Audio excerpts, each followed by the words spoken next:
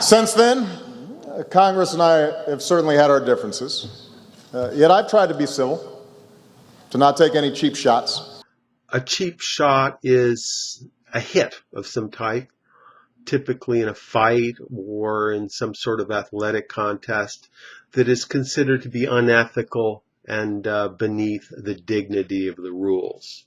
So, for example, in boxing, if they hit someone too low, they call that a hit below the belt. That would also be a cheap shot. Or in basketball or hockey or football or some type of contact sport, the athletes are permitted to push the person in certain ways, but if they actually hit the other person, that's considered to be a cheap shot. An extension of this is anything that is unethical or dishonest.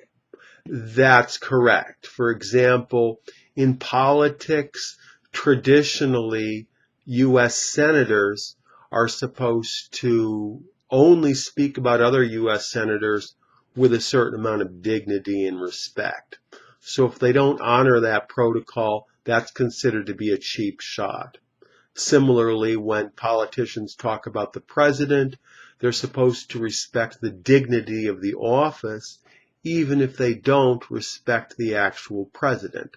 So again, to violate that norm would be considered to be a cheap shot. When President Obama was asked to produce his birth certificate, a lot of people felt that was a cheap shot.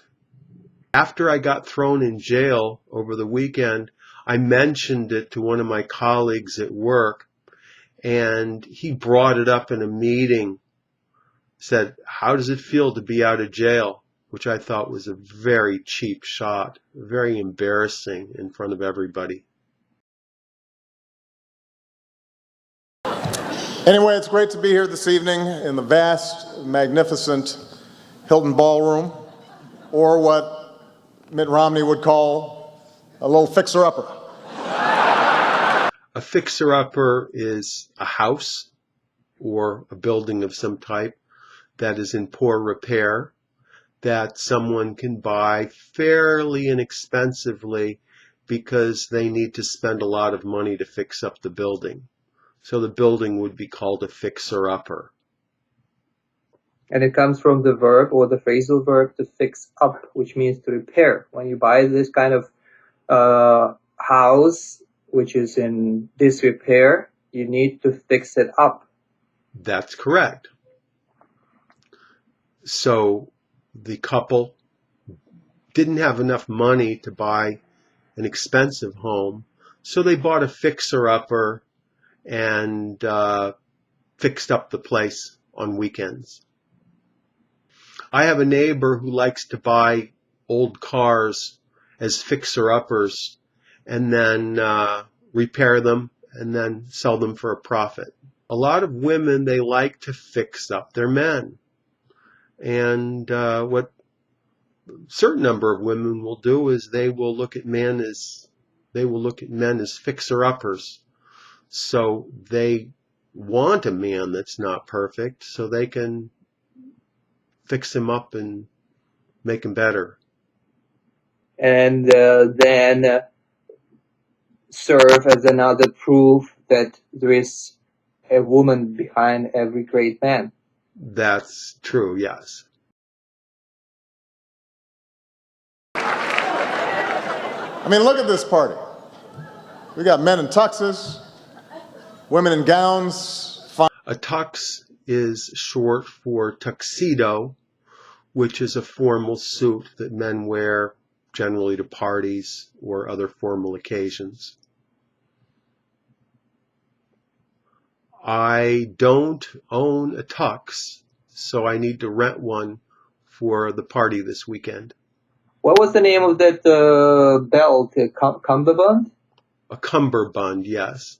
Cummerbund. Do you know anything behind it? Where it comes from? That's a funny name, cummerbund. I don't know where it comes from, but the idea of a cummerbund is so that you don't have the gap between the shirt and the pants. Well, how about using a belt? That's a belt can leave a gap. If the shirt comes untucked, then it'll won't look so good. So a Okay. cummerbund prevents the shirt from becoming untucked. That's all for today. Tom Taylor is an ESL tutor. He teaches English in the United States and outside, all over the world using Skype. He can be reached at his website, which is ESL-fullsteamahead.com. click on this link and check out his website and email with questions. Thank you, Tom, and I'll talk to you next time. Thank you.